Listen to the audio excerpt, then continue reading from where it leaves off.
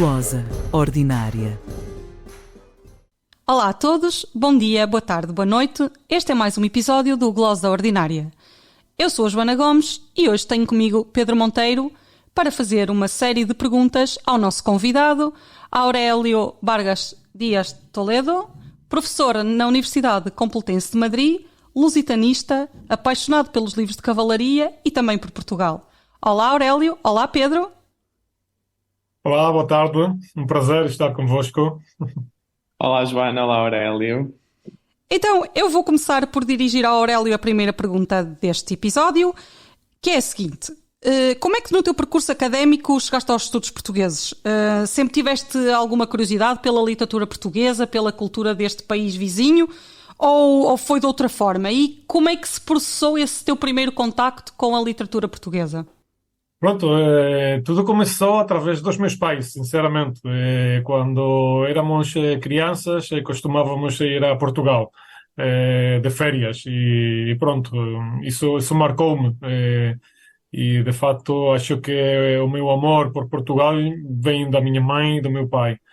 Com a passagem do tempo, é verdade que depois comecei a fazer, gostei pelos estudos de filologia românica em geral, e neste sentido adorava sobretudo a literatura antiga. E na verdade tudo começou por azar, ou por acaso, quero dizer, porque no momento em que eu estudava filologia românica eu queria aprender idiomas, e nesse momento era setembro e queria entrar na Escola de Línguas em Madrid e não havia possibilidade de se inscrever em francês nem em italiano, que eram as línguas que eu mais queria nesse momento. E, na verdade, só ficavam vagas em catalão e português. Portanto, acho que o amor por Portugal atirou de mim nesse momento e acho que a partir desse momento tudo foi um caminho fantástico, porque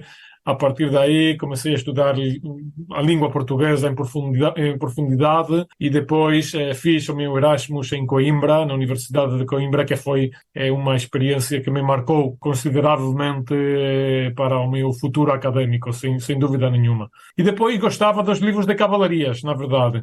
Gostava dos cavaleiros andantes, gostava dessas personagens que apanhavam o seu cavalo e iam à procura de aventuras e, portanto, nesse sentido, chegou José Manuel Lucía Mejías à Universidade Complutense de Madrid, no momento em que eu estava quase a acabar o meu curso, e falei com ele para ver se podia dirigir-me a minha tese de doutoramento, e ele aceitou. Ele disse-me que existia a possibilidade de fazer um texto de Francisco de Moraes, uma tradução para o castelhano, e a partir daí, pronto, o percurso é aquele que vocês conhecem mais ou menos e que me levou a um conhecimento profundo da literatura cavaleiresca portuguesa. Queria já pegar nisso que nos acabaste de resumir e de contar, porque, bem, eu conheço melhor, não é, o teu percurso, então sei em que é que tu fizeste, sobre o que é que foi a tua tese de doutoramento, e nós também tínhamos algumas perguntas sobre esse outro aspecto da tua carreira académica, porque para os nossos ouvintes que estão a ouvir e que podem não conhecer o teu nome, o Aurélio, além de ser atualmente o maior especialista em literatura cavaleiresca portuguesa, é também uma das pessoas, um dos académicos que mais tem contribuído com descobertas, quer de impressos, quer sobretudo de manuscritos, que ou nunca se tinha ouvido falar, ou outros manuscritos dos quais se tinha pequenas referências em catálogos do século XVI e XVII e que estavam totalmente perdidos desde então. E o teu doutoramento foi sobre um desses manuscritos, certo? Como é que foi, ou seja, e como é que continua a ser, o que é que continuas a sentir quando, de cada vez que encontras um texto que ninguém conhece ou que ninguém ouviu falar desde o século XVII, por exemplo? Sim, essa é uma das grandes gratificações que que têm este trabalho, este mundo académico. É verdade que é um mundo muito solitário, é verdade que às vezes tens de passar horas sozinho, mesmo em frente do teu escritório e numa biblioteca qualquer. Mas é verdade que, ao mesmo tempo, as bibliotecas dão-te muito de volta, ok? E, nesse sentido, a experiência e, sobretudo, os sentimentos que se sentem quando se descobre um documento inédito importante neste mundo literário em que estamos, acho que não se pode descrever com palavras, sinceramente. Eu, claro, estava a trabalhar sobre livros de cavalarias. É verdade que comecei com o Palmeirinho de Inglaterra, depois passei para a Selva de Cavalarias Famosas, um texto de um autor português, António de Brito da Fonseca. Cheguei a fazer a edição do texto e depois, por acaso, pois pronto, começava a conhecer mais ou menos o corpus dos livros de cavalarias através da tese de doutoramento da maior especialista em livros de cavalarias, que na verdade é a Isabel Almeida. E pronto, a partir daí tive a sorte de achar na Torre do Tombo um documento que me levou por estes caminhos e que foi a Argonáutica da Cavalaria de Tristão Gomes de Castro, sobre o qual estou a trabalhar agora, porque vou tirar uma biografia dele a partir da documentação inédita que há no Arquivo da Madeira, no Funchal. E, portanto, podem imaginar no momento em que eu acho uma nota a dizer Le Mundo de Grécia, Tristão Gomes de Castro. Eu já tinha ouvido esse nome, esse livro tinha aparecido perante os meus olhos e pronto, era uma sexta-feira à tarde. E nesse momento já não se podiam pedir mais livros. Estava dentro da coleção dos manuscritos da livraria da Torre do Tombo e, portanto, tive de esperar até segunda-feira de manhã, que foi o primeiro, eu estava lá o primeiro na Torre do Tombo. E foi o primeiro que fiz, foi pedir o livro, solicitar o livro e quando chegou o livro à minha mesa, pronto, acho que esse rosto e essa felicidade que pode sentir um académico nesse momento, pois acho que os ouvintes podem imaginar. É uma espécie de luz, é um momento celestial, um momento fantástico. E quando começas a folhear e perceber que esse documento é totalmente inédito e que ninguém tinha reparado nele desde o século XVII, mais ou menos. Portanto, foi fantástico, realmente maravilhoso. E não só isso, é verdade que ao longo dos anos tive a sorte de achar mais documentos cavaleirescos, mais livros de cavalarias. Por exemplo, nesse momento descobri a primeira e segunda partes da Argonáutica da Cavalaria, sobre a qual eu fiz a minha tese de doutoramento, mas é verdade que após a tese de doutoramento eu descobri a terceira e quarta partes, que saíram no ano passado numa coleção de livros de cavalarias que vocês conhecem, que se intitula O Universo do Almourol. E, para além disso, também O Belianis de Grécia, uma quinta parte escrita em português, que ninguém conhecia, esta continuação de um texto original escrito em castelhano e que foi continuado por um autor português no século XVII. Portanto, podem imaginar que é verdade que, nesse sentido, posso sentir-me orgulhoso de ter contribuído a um melhor conhecimento da literatura cavaleiresca em Portugal. E é verdade que, como diziam, sendo espanhol, sendo toledano, é sempre mais complicado. É sempre uma complicação, porque podem imaginar, estou como a usurpar algo que, na verdade, podem considerar os próprios portugueses que é deles, mas, na verdade, os livros, a cultura, é um conjunto que pertence a quem o trabalha, a quem a cultiva, a quem, pronto, imagino que a partir daí, pois, eu posso sentir-me, nesse sentido, parte de Portugal, parte da população portuguesa, até, embora não contribua economicamente no sentido de pagar impostos. Mas gastaste cá dinheiro nas férias, a tua família deixou cá dinheiro nas férias, por isso já contribuiu no passado. Isso é verdade. Olha, eu ia-te fazer um comentário a isso que disseste. Claro que a literatura pertence àqueles que a apreciam, àqueles que a amam, não é? Mas no caso até da literatura que tu estudas, a relação entre a literatura portuguesa e a literatura espanhola no período do Siglo de Ouro é completamente umbilical. Isto é, nós até nem podemos quase se calhar vou dizer uma coisa provocatória, mas quase nem podemos falar de uma literatura portuguesa, uma literatura espanhola. Há uma literatura ibérica, não? Querias dizer algo sobre isso? Sim, isso foi, claro, nesse sentido continua a haver uma lacuna grande em Portugal, nesse período histórico de 1580, 1581 até 1640, porque se reparam, os grandes autores que se investigaram, sobre os quais trabalharam a maior parte dos grandes lusitanistas, não foram aqueles que estiveram durante o período da monarquia hispânica, em que Portugal fazia parte da monarquia hispânica. E, portanto, é uma lacuna que ainda continua e que eu, nos últimos tempos, estou a tratar de deixar de lado essa parte, porque há grandes escritores que, embora escrevessem também em castelhano, eram escritores que se sentiam portugueses, nesse sentido. E, portanto, era uma cultura, naquela altura, em que se expressava em duas línguas. É como acontece agora na Galiza ou na Catalunha. É uma cultura que se pode exprimir em duas línguas, a catalã ou a espanhola, a castelhana. Portanto, isso devemos deixar de lado e estudar estes escritores que eram bilíngues. De fato, em Portugal, a corte, a população, geralmente era bilíngue até o século XVIII, praticamente, e, portanto, era uma cultura que se exprimia em duas línguas, sem dúvida nenhuma. Claro, o que a história posterior fez foi criar, não é?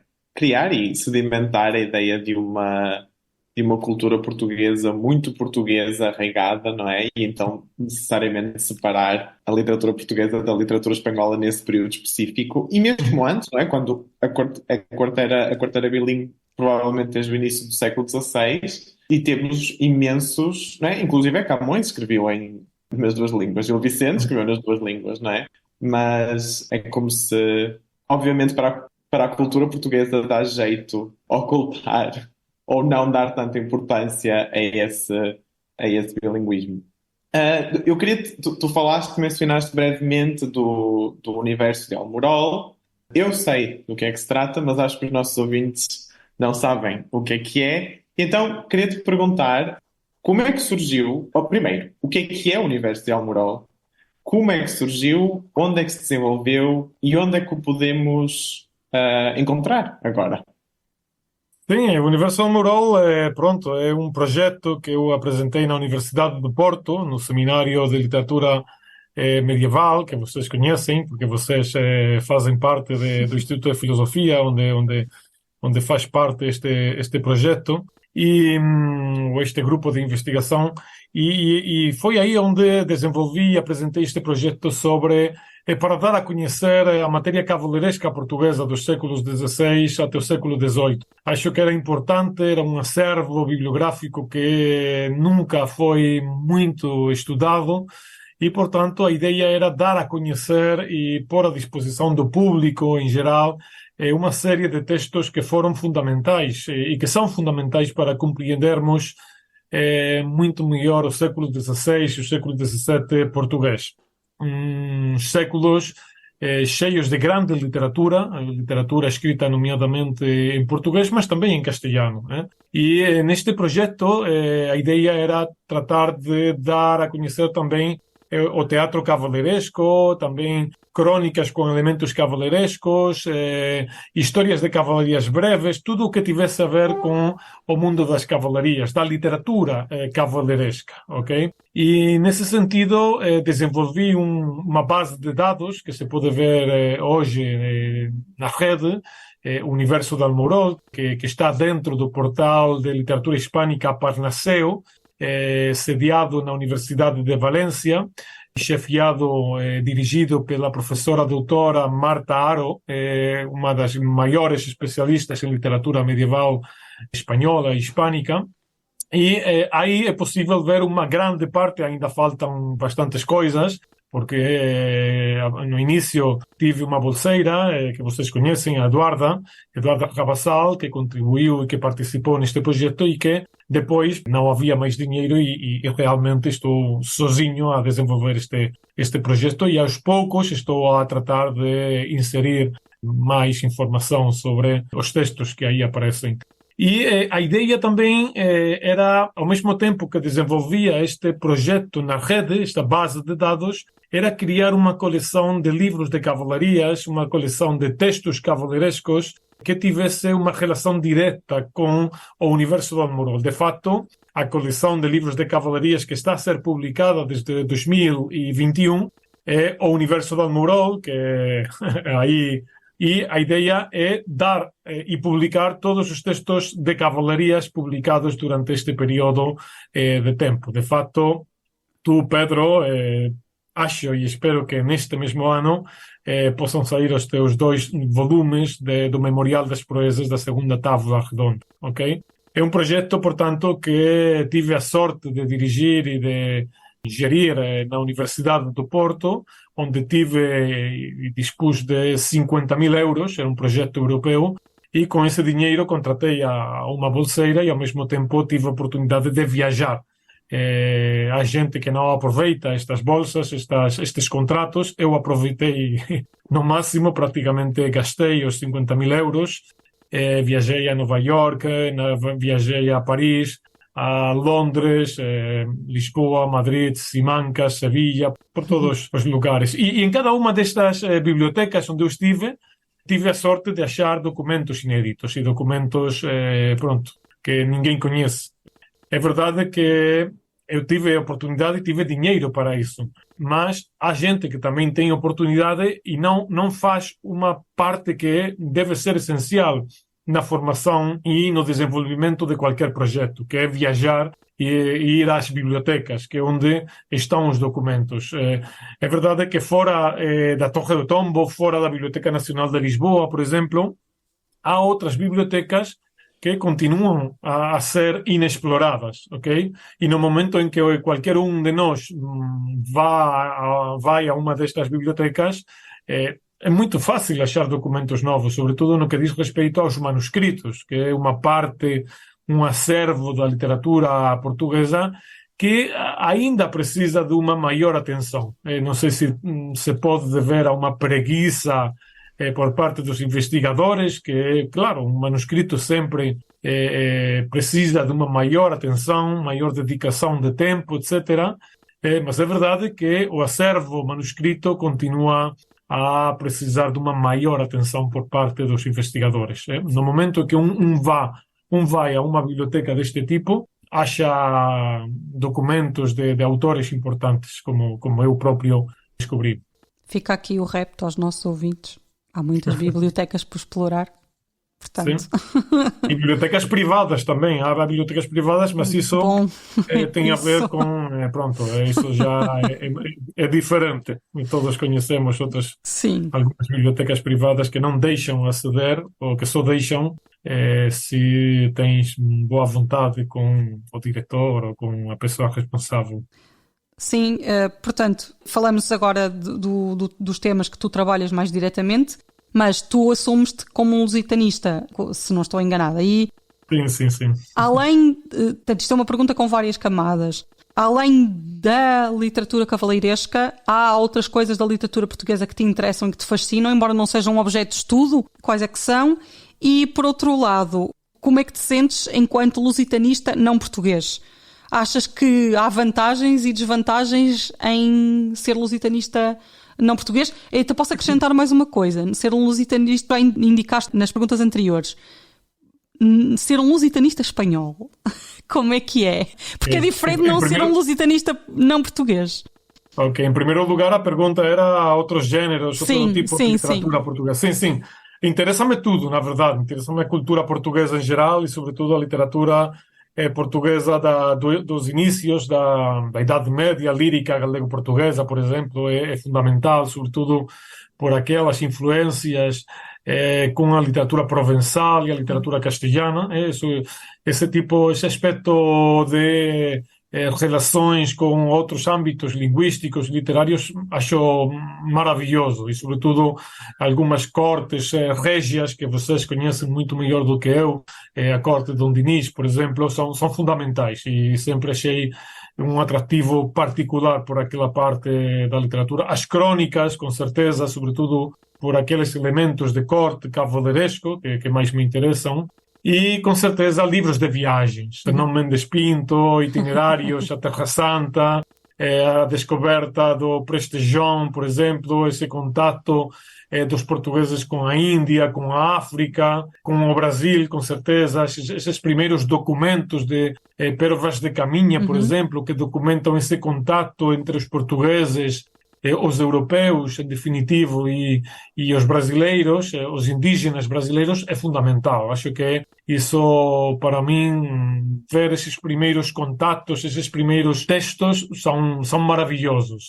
E depois, claro, os Lusíadas, com certeza, logicamente, Vasco da Gama, essa literatura do século XVI, os diálogos também renascentistas, também trabalhei boa parte deste acervo literário que foi muito bem trabalhado pela professora Teresa Nascimento da Universidade da Madeira e pronto, acho que a partir daí o interesse é especial. E também, nos últimos tempos, estou a trabalhar com o Cervantismo em Portugal. A influência de Cervantes. De fato, daqui a maio, junho, vai sair um livro meu sobre Cervantes e o seu entorno português. É um livro onde falo sobre aquelas figuras históricas que tiveram algum tipo de contato pessoal ou laboral ou de amizade com Miguel de Cervantes e que pode portar algum novo ponto de vista e, sobretudo, também esse amor que sentia Miguel de Cervantes pelos portugueses e pela literatura portuguesa em geral, que conhecia bastante bem, por outro lado. E, para além disso, pronto, a literatura do Barroco, por exemplo, descobri algum novo documento sobre a influência de Luís de Góngora na literatura portuguesa.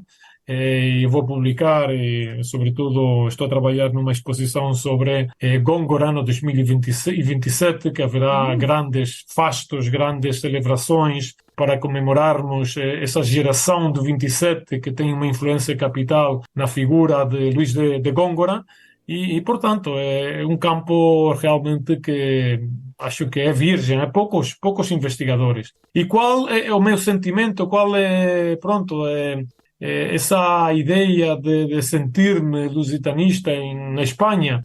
É verdade que tem vantagens e desvantagens, ok? As vantagens é que me permitiu trabalhar agora e conseguir uma vaga na Universidade Complutense de Madrid. É algo que me permitiu diferenciar-me do resto, ok? Por quê? Porque há muito poucos lusitanistas na Espanha.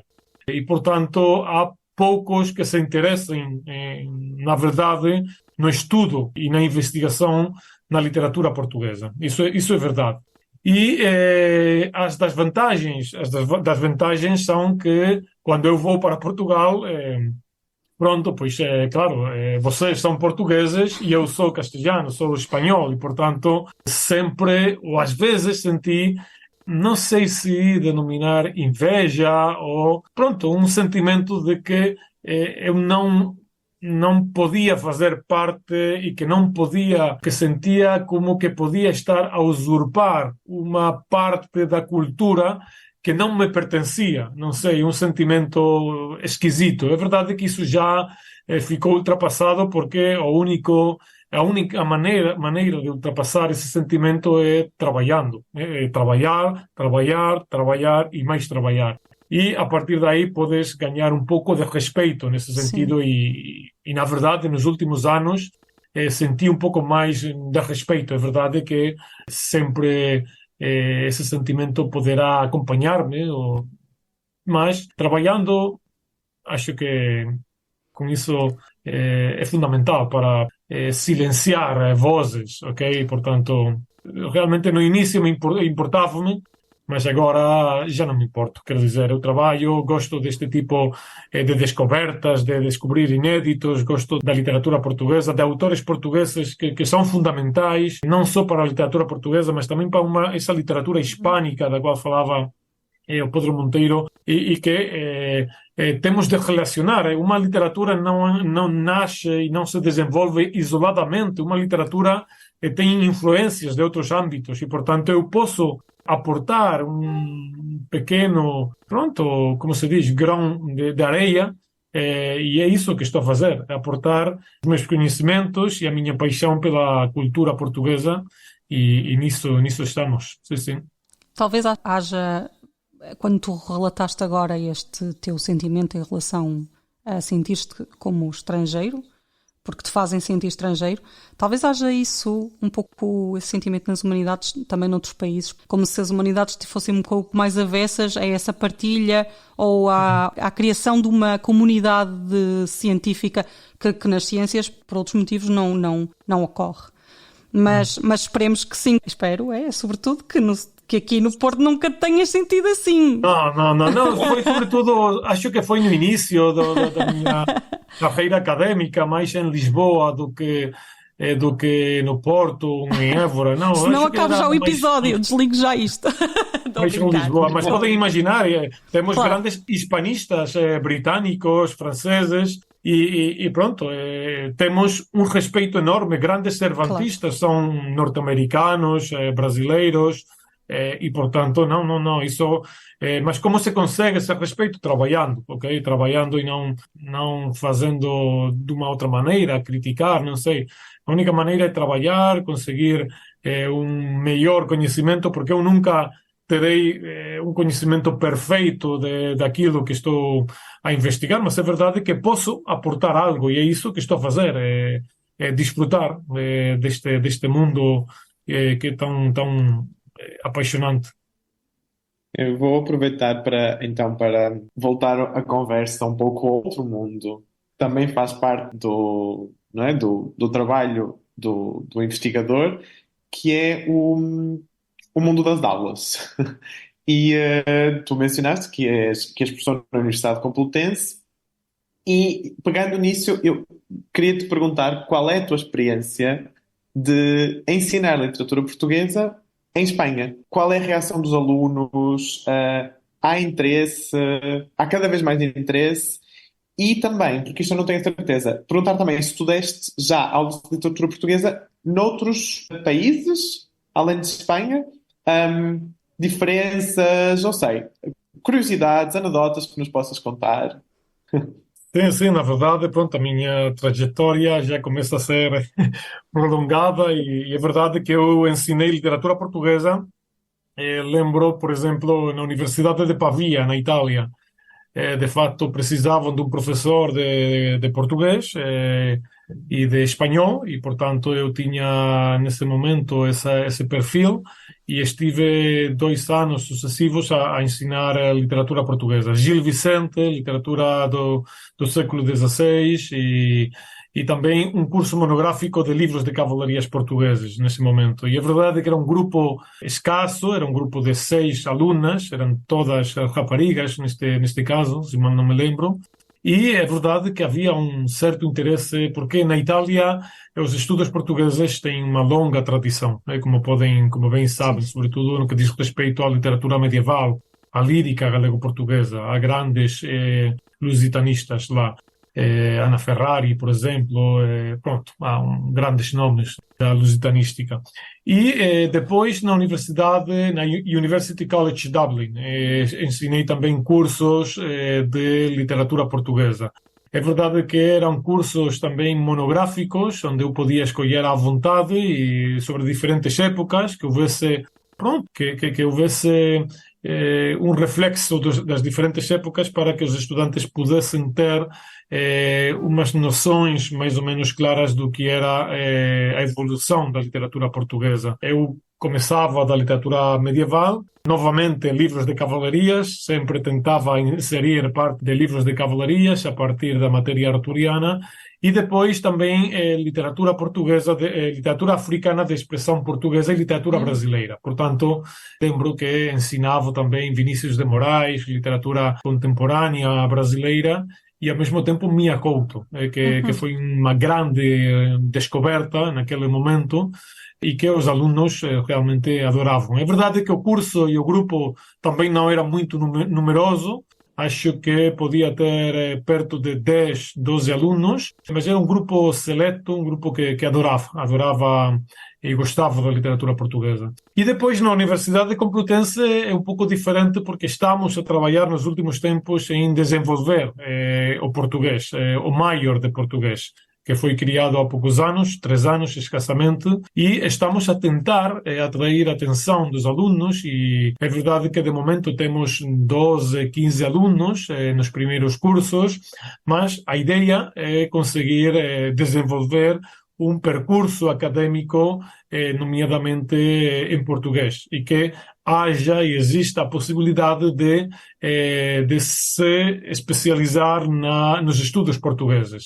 Nesse sentido, temos um grupo bastante, ultimamente, de um grupo de professoras, porque quase todas são professoras, exceto eu, que são grandes valedoras do português, tanto da língua portuguesa quanto da literatura portuguesa. Temos a Bárbara Fraticelli, por exemplo, que é especialista e que criou um grupo de literaturas africanas de expressão portuguesa, e, ao mesmo tempo, eu próprio, que trabalho sobre literatura medieval portuguesa e literatura do século XVI e XVII.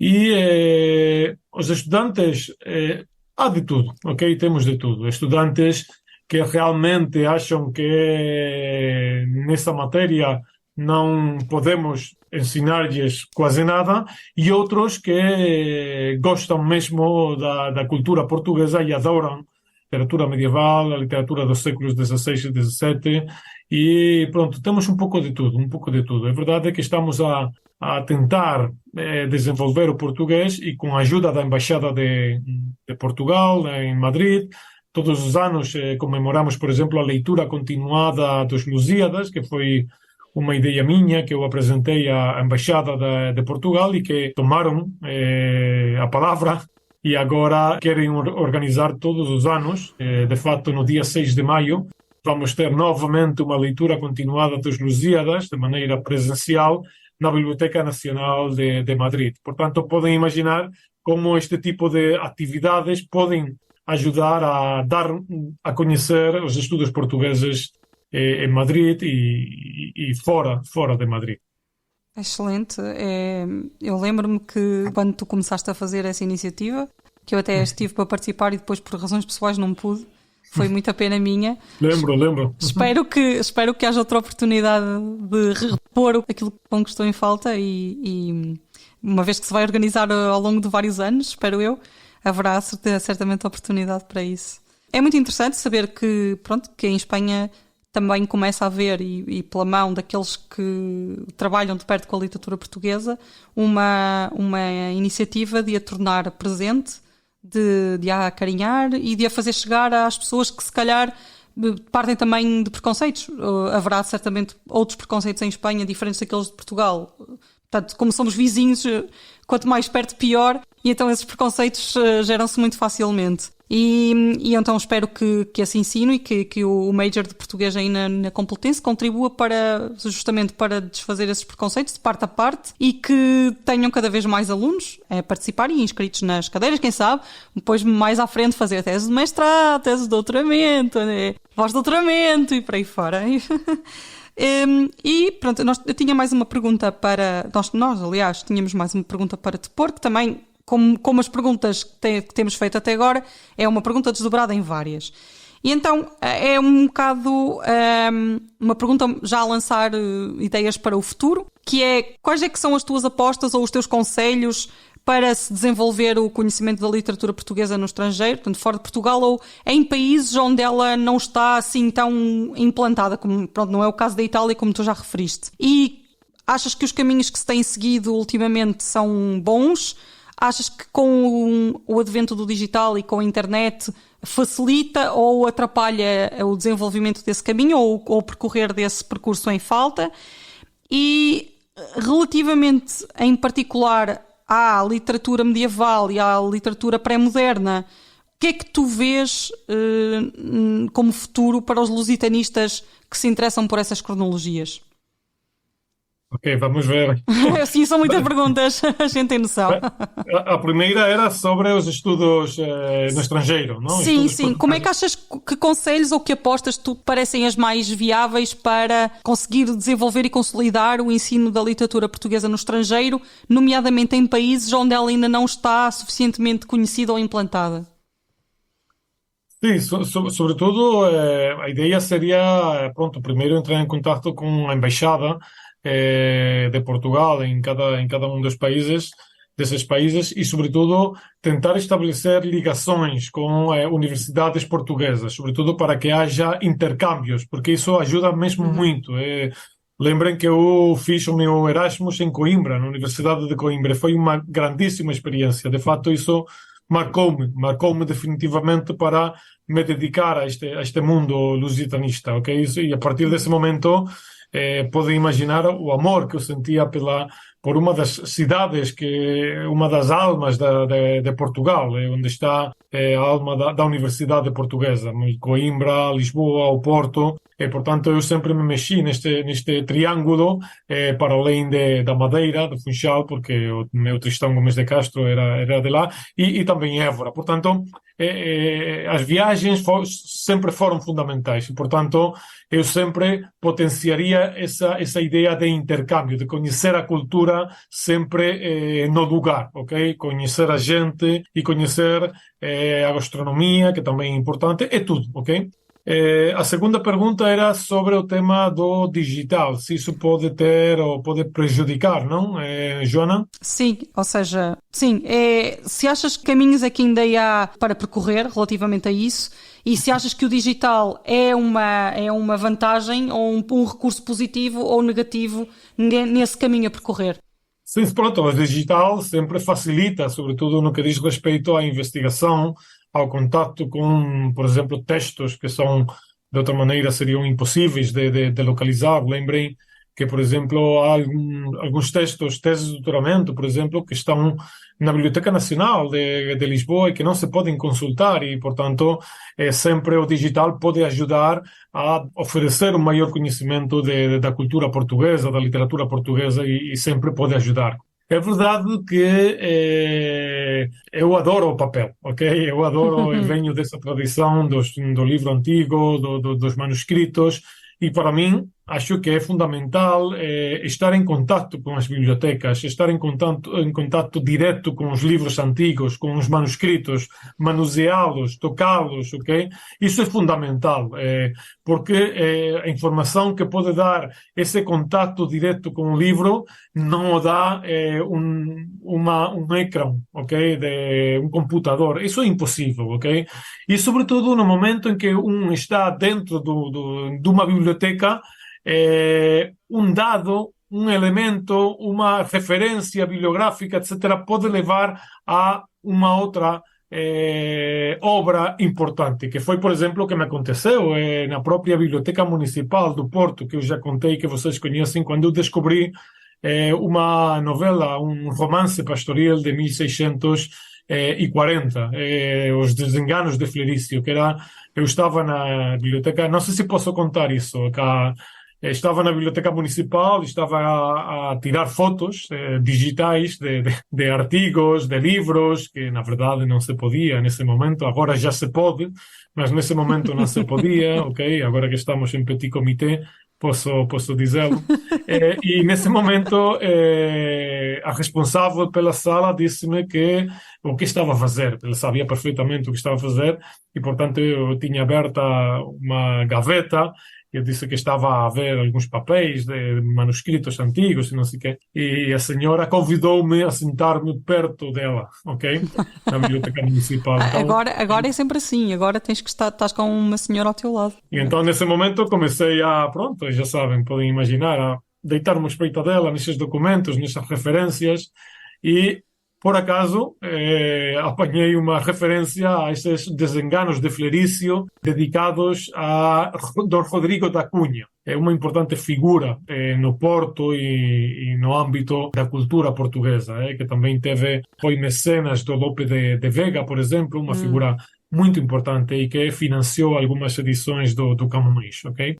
Portanto, essa descoberta foi graças a que eu estava lá na biblioteca. Portanto, essas descobertas é verdade que também se podem dar através do computador, porque cada dia costumam subir novos documentos na rede e é possível descobrir também documentos na rede.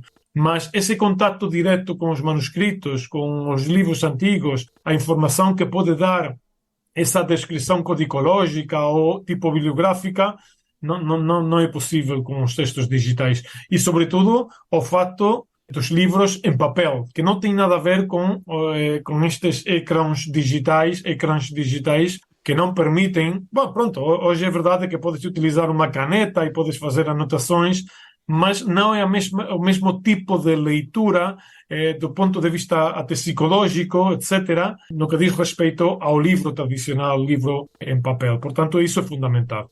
E depois a última pergunta, que era sobre... A última pergunta é sobre... Pedro, tu queres sobre colocar literatura... O futuro das pessoas que estudam e que se interessam por estas áreas da literatura medieval e da literatura dos séculos XVI e XVII.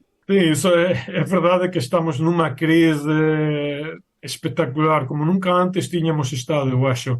Uma crise das humanidades, que pronto, não sei se já repararam que, por exemplo, no âmbito universitário, as cadeiras, as disciplinas de medieval, dos séculos XVI, XVII, ficaram de lado, praticamente, ok?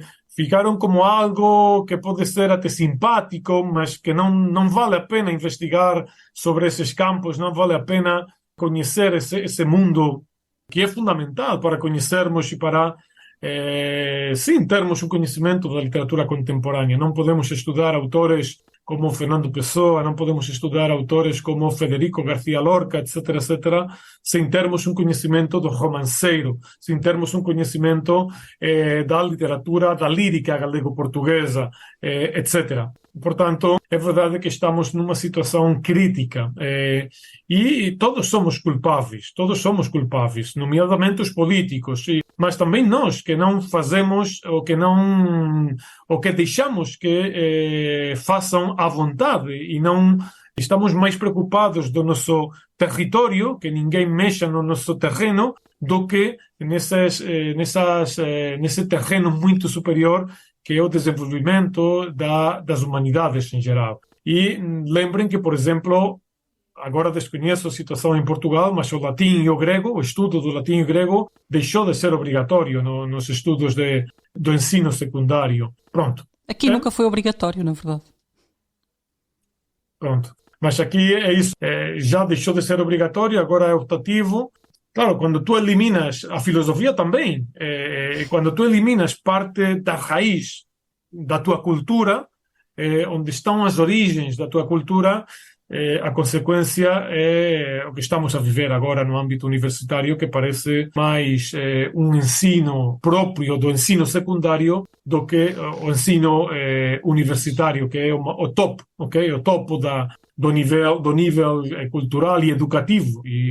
E lembremos que, por exemplo, agora os estudantes não gostam de ler, okay? Não leem. Nos textos do ensino secundário, textos que devem estudar os estudantes, agora só devem ler fragmentos, nem sequer podem ler textos completos. Podem imaginar qual o nível que chega à universidade. E todos somos culpáveis nesse sentido. Eu sou optimista, ou gosto de ser optimista, mas é verdade que o nível baixa cada ano mais e é realmente preocupante, sobretudo porque agora com a inteligência artificial, por exemplo, os estudantes já não escrevem, não conseguem desenvolver ideias, inserir, relacionar diferentes âmbitos do conhecimento, escrever, desenvolver um discurso coerente. Pronto, estamos numa situação realmente complicada. Eu gosto de ser optimista, mas às vezes é verdade que o pessimismo invade o meu coração. Sem dúvida nenhuma. Eu acho que as nossas áreas, tudo o que tu dizes, mostra que as nossas áreas são mais suscetíveis a sofrer com todas estas mudanças, porque são áreas que necessitam de, eu ia dizer, de uma longue durée, Para se ler um romance de cavalaria é preciso ter muito tempo, que é uma coisa que também não temos, com a aceleração do trabalho e do tempo, do ritmo de vida. E depois, para se formar um medievalista ou alguém que estuda literatura pré-moderna, como um classicista, na verdade, é necessário tempo para adquirir essas competências linguísticas, essas competências paleográficas, codicológicas, etc. E não me parece haver muito tempo disponível para se apostar em coisas que não dão resultados muito imediatos. Sim, sobretudo porque também estamos numa época de proibir tudo, parece que tudo sobra, que tudo está a mais e que, portanto, devemos fazer ou refazer a cultura, devemos eliminar tudo aquilo que não se acomoda aos novos critérios, ao novo pensamento portanto, acho que é um erro, ok? A cultura está aí, o passado está aí, devemos conhecer esse passado para aprendermos e para compreendermos um pouco melhor o presente, sem dúvida nenhuma. E a literatura sempre foi essencial no desenvolvimento do homem e sempre vai ser fundamental, a literatura, em forma de teatro, de poesia, de romance e é verdade que podemos estar numa situação de crise, mas, sem dúvida nenhuma, a literatura deve fazer parte dos estudos obrigatórios em qualquer sistema educativo e em qualquer cultura como a nossa, cultura portuguesa, cultura espanhola, que temos uma longuíssima tradição e muito rica e que os estudantes, a gente deve conhecer, ok? Sem dúvida nenhuma. Eu espero que a gente venha a ter um episódio do A Glória Ordinária sobre estes temas. Mas, sobretudo, também é porque a literatura e a filosofia, Claro. em definitivo, transmitem uma série de valores. Lembrem, por exemplo, as tragédias gregas. Lembrem, por exemplo, a literatura do século de Chrétien de Troyes, os grandes romances arturianos, por exemplo. Lembremos o teatro do século de ouro, o Gil Vicente, todos esses valores que transmitem esse tipo de literatura são fundamentais e ajudam ao desenvolvimento pessoal, desenvolvimento humano, ok? A gente precisa de psicólogos, mas não precisariam tanto se conhecessem muito melhor a literatura com uma série de valores que ajudam, sobretudo, a compreendermos um pouco melhor o mundo, compreender as pessoas, o outro, etc, etc, sem dúvida nenhuma. Sim, no fundo, parte da missão da literatura na época pré-moderna era justamente servir como exemplo para as pessoas, ou como modelo para as pessoas seguirem. A partir do momento em que no século XVIII tu separas o valor didático e o valor moral da literatura do seu perfil estético, é que se perde essa ligação, mas durante muito tempo foi assim que ela foi vista, não é? Sim, a literatura tinha um caráter formativo essencial, não é? Sim, lembrem, por exemplo, o Quixote. Agora, o Quixote no ensino secundário na Espanha só se estudam fragmentos. Mas podem imaginar a grandíssima quantidade de valores humanos que tem o Quixote e que agora os estudantes não conhecem. E não podem conhecer porque o nível vai baixando e agora os professores cada vez começam a sentir preguiça e pronto, já não se preparam como antes e claro. Mas, claro, esses valores estão aí e devem conhecê-los, embora não se acomode ao pensamento, este pensamento tão proibitivo, etc., etc., que estamos a viver agora neste momento, que parece que tudo o anterior não presta. Imaginem, por exemplo, Francisco de Quevedo. Quevedo é verdade que criticava os judeus e que não podia ver o Luís de Góngora, que considerava que era de origem judaica, mas é um dos grandes escritores do século de ouro espanhol e que devemos conhecer, sobretudo porque se exprimia muito bem e conhecia muito bem a língua e as diferentes formas de expressão comunicativa e da linguagem, sem dúvida nenhuma. Como eu digo, isso eu deixo aqui o repto aos meus colegas que não estão cá hoje. É um tema que acho que é não só pertinente de ser discutido, como acho que é riquíssimo e nos levará muito para além da literatura. Eu acho que é uma coisa que nós não podemos deixar de observar e de discutir, porque senão, se deixamos de discutir as coisas, então aí estamos mesmo mal. Sim, o espírito crítico também é fundamental. Não podes imagina a grande facilidade que têm os governos quando a gente não, pronto, acredita em tudo aquilo que os governos dizem e que não tem esse espírito crítico para pôr em dúvida ou para tratar de ver as coisas de diferente maneira, porque Isso ajuda, a literatura, a filosofia, as disciplinas humanísticas, em definitivo, servem para isso, para desenvolver o sentido crítico das pessoas. Nós temos uma grande diferença com os animais, com os cães, com os gatos, que é o pensamento, é a capacidade de desenvolver a linguagem, comunicarmos-nos, etc, etc. E é isso que devemos potenciar, ok? Claro, e é importante nós contactarmos com formas de discurso distintas porque somos menos suscetíveis a serem enganados depois pelas teorias da conspiração ou pelas notícias falsas ou tudo o que nesta época contribui para gerar um clima um bocado até de receio, de insegurança, não digo insegurança física, mas de insegurança de não sabermos para que lado é que as coisas estão a ir. Não? Diz, Pedro. Não, é nisso, não saber em que acreditar. Em que acreditar. Não saber... Claro.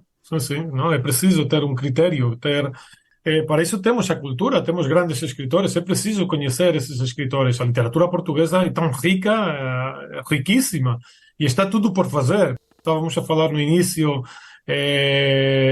dessas grandes descobertas, mas está tudo por fazer na literatura portuguesa. Vocês podem apanhar uma história da literatura portuguesa e só aparece 40 a 50% da literatura portuguesa que realmente se difundiu e se escreveu, ok? Portanto, esse trabalho ainda está por fazer.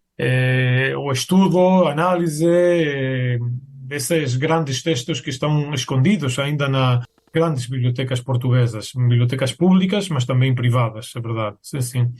Isso também é outro episódio que eu quero lançar aos meus colegas, que é o canon da literatura portuguesa. E sim, também é outro para grande debate. Eu acho que seria interessante. Mas assim, eu não queria que acabássemos, acho que em tom pessimista. E então temos assim umas perguntas mais ligeiras para te fazer. E o Pedro vai começar, se calhar. Sim, posso começar por fazer aquela que me interessa mais, que é perguntar, além da Argonáutica da Cavalaria, qual é o teu livro de cavalarias português favorito e porquê? Pronto, isso é fácil, é o Palmeirinho de Inglaterra, ok?